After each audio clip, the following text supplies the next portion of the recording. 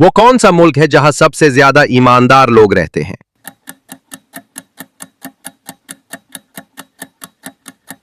सही जवाब जापान।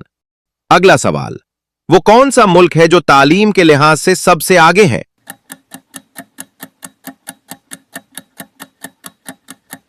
सही जवाब फिनलैंड। अगला सवाल, दुनिया के किस मुल्क के लोगों की उम्रें सबसे लंबी होती हैं?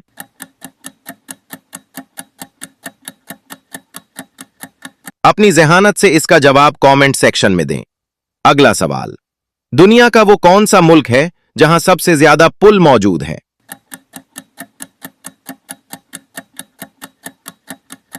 सही जवाब चीन। अगला सवाल, दुनिया का वो कौन सा मुल्क है जिसने सबसे पहले खवातीन को वोट का हक दिया?